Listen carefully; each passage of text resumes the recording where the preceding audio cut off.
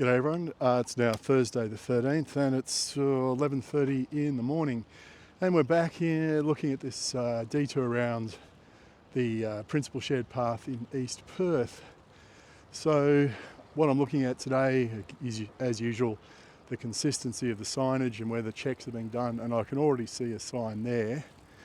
I'll show it to you. This blue, it's one with a blue base. It should be turned through 90 degrees. So it's visible from where I was coming, and that hasn't been fixed. So I would have thought if there were daily inspections being done, like first thing in the morning, that sign would have been rectified. Otherwise, look, the signage is all in place. The barricade back down there over the path, that's back in place. It was open the other day. Now, don't know why it was open. Might have been some idiots that came through and just decided to open it. There's no signage here again. Or maybe some of the parks people needed to drive a ute through there to do some maintenance under the bridge, and they opened it up. Didn't close it. I don't know. But definitely needs to be doing morning inspections to make sure it's all set up properly.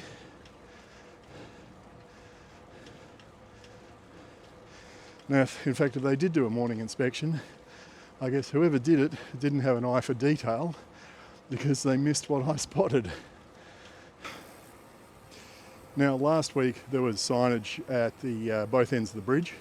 There were two signs in these corners at each end, and they haven't been here this week. Now, either they've been deleted from the plan because they were superfluous, which is something I'd agree with, or whoever set up the signage this week just didn't bother to put them in, or didn't read the plan properly. And if that's the case, no one has then come along and done a proper check to ensure that the signage is all good. So look, on this little bend, it's all good. Going down here, that sign down the bottom is good.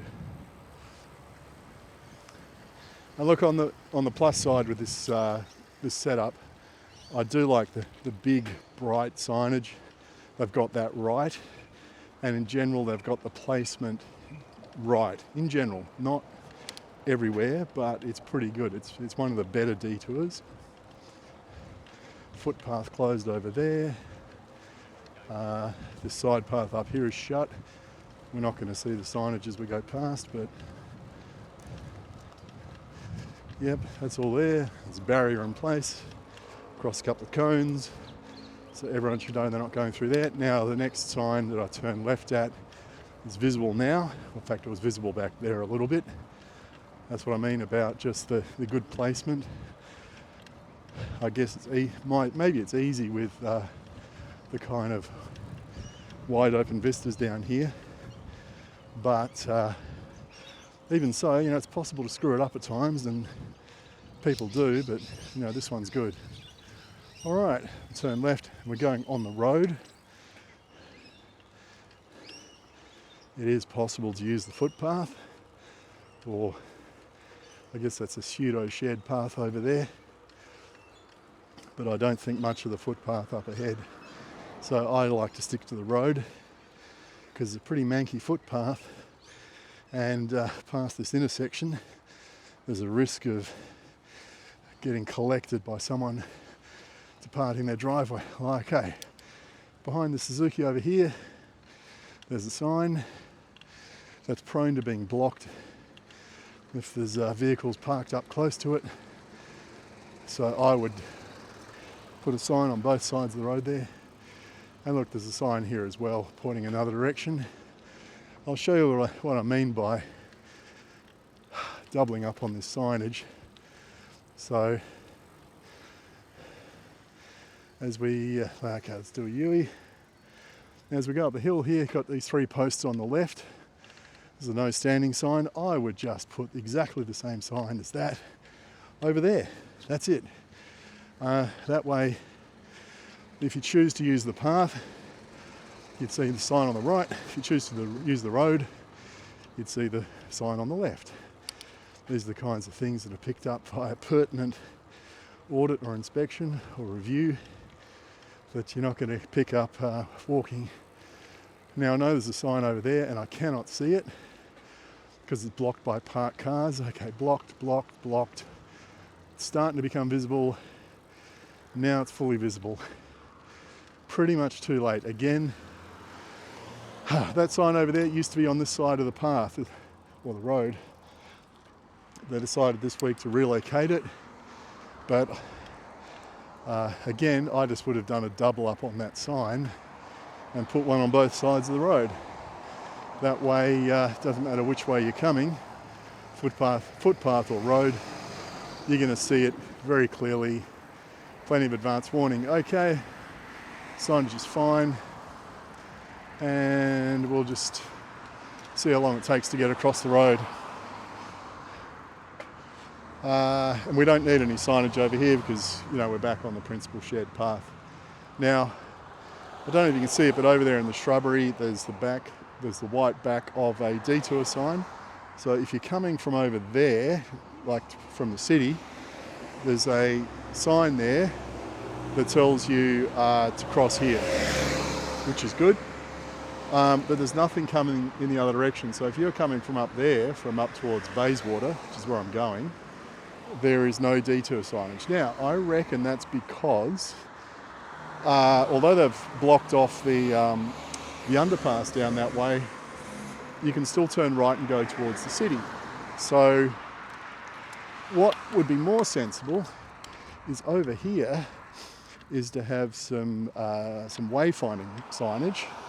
And I'd do two lots, like I'll do a warning sign and then I'll do a turn sign. So I'll show what I mean. And they did this for the Boorloo Bridge project. You know, they just had certain intersections that have Vic Park this way, City that way, whatever that way, so you knew where you were going. So that's really what they should have done back there. Now, I don't know if they put that on the traffic management plan and then just forgot to print the signage, or if they just thought, oh, you know, they're cyclists, they'll figure it out. You know, if they want to go over to Optus Stadium. So I would have here, detour ahead, Optus Stadium, Wyndham Bridge, Vic Park, whatever else, you're turning left. If you want to go to East Perth, Claysbrook, City, Northbridge, you're going straight ahead.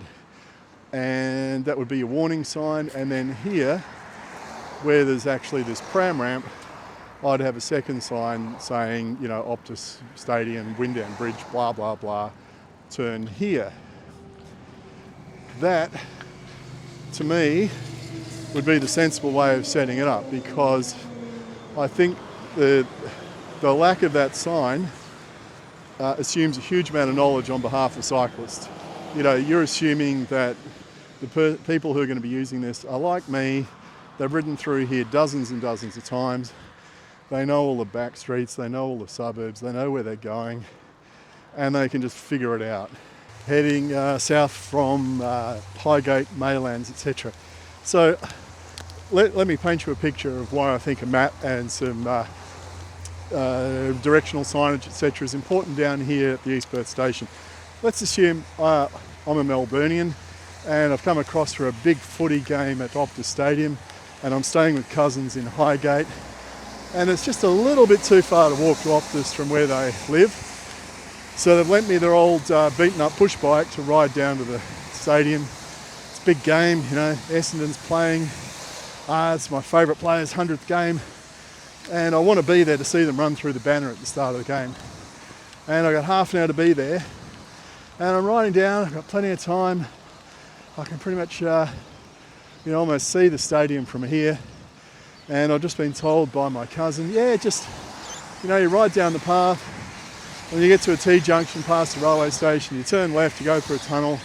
That'll take you over the bridge, and bingo, you're at Optus Stadium. Take you no time at all, 15 minutes.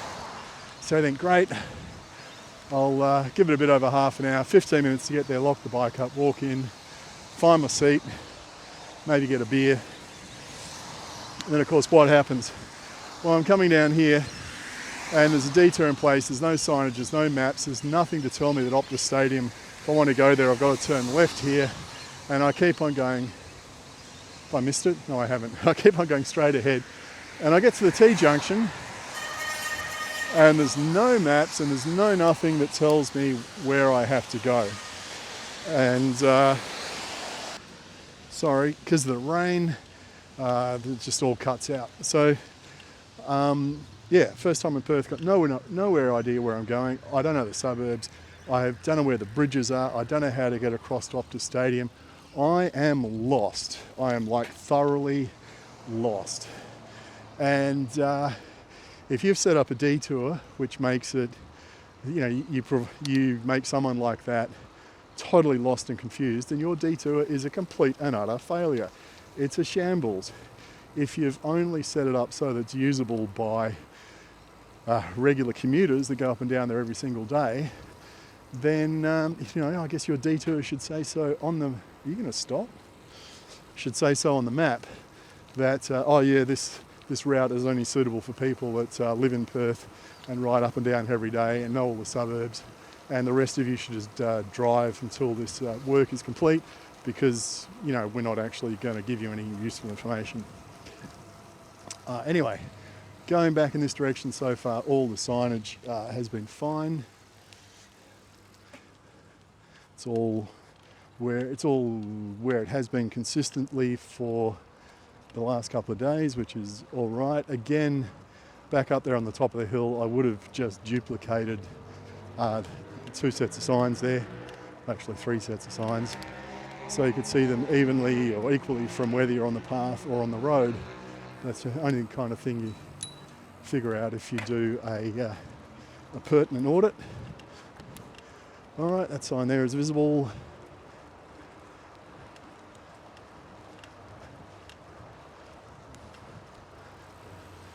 Now, one thing to note is I've ridden down to the tunnel twice now, and I've had 2 conversations with traffic controllers there to say, I think there's a missing sign back there that we should be, well, people that want to get to Optus Stadium or want to get across Windown Bridge need to be told to turn left so they can get across to, is it Summers Street or Summers Road? And there's nothing there. Now, a couple of options there, aren't there? One is they've gone, yeah, thanks mate, and then done nothing with that information. They haven't passed it on. They haven't made a note of it. They haven't been provided with some kind of issues register that to jot down all these problems that people tell them about. They haven't rung their boss to say, hey boss, you know, this cyclist just came past and said, I think we're missing a sign, which, you know, be the sensible thing to do. It's like, can you come and have a look? Tell me whether we need to do something about this. Look, maybe they have passed the information on, and you know, their managers decided to do nothing about it because the detour's only got a week to run. They've only had 2 complaints, and instead of fixing it, it's like, oh, stuff it, we'll just ignore it and just get through to the end. No one's going to know, and she'll be right. As usual at this end of the bridge, the sign is missing. Again, I don't know if it's been removed because it's superfluous or because there's a new person setting up the signage and they didn't read the plan properly, or actually there's 3 ways to go down here. I didn't realise that. 3 different paths. Where's this one going to take me? To a locked door. All right. So I guess I shouldn't have turned as sharply as I did at that sign back there. Something, can't take the high road, you can't take the low road, you got to take the middle road. All right. So we're going to that one, we will do this one. And yeah, it's some hours since I've been through previously, and the sign that's up the pole still needs to be rotated through 90 degrees so that arrow is pointing up the hill, not towards that barricade and everything which says the path is closed, because it just doesn't logically fit together, does it? So yeah, maybe if I'd picked up on this stuff right back at the start of the project, they might have done something about it. Might have been worth their while. But, you know, but I mean, really, all they would have needed to do was print up, you know, 2 sets of wayfinding signage. Like I said, it could have, you know, just needs 2 arrows on it. One straight ahead, one turning left. The one straight ahead would say I don't know, City, Northbridge, whatever. And the one turning left, Optus Stadium, Wyndham Bridge, Vic Park, something like that. And one would say, one would be a warning sign, maybe saying detour 50 metres ahead. And then there would be turn now for Optus Stadium, the Wyndham Bridge. That's it. It's all it needs. But, and of course it's cost, $35 each to print up for a batch of them. It's not like it's a large expense and not that difficult to put in. But I'd be really interested to know what did go into the traffic management plan, whether they considered that at all, or whether it's a massive oversight or it's a deliberate, no, we don't care about that, and left it out for reasons, or they did put it in and for whatever reason it's actually not finding its way into production on the ground. Maybe someone forgot to print the signs up, maybe they're sitting in the back buried under some sandbags or something, maybe the back at the depot, or maybe the people are looking at the map, the traffic management plan, are looking at these quaint, bespoke signs at that particular location and going, what the hell are those? Never seen those before. Oh well, we just won't put them in. Yeah. Oh well, I think it's some useful lessons to be learned from this little thing. See if Main Roads does anything about it. I'm not sure they will, but I'll keep on trying. All right, till next time.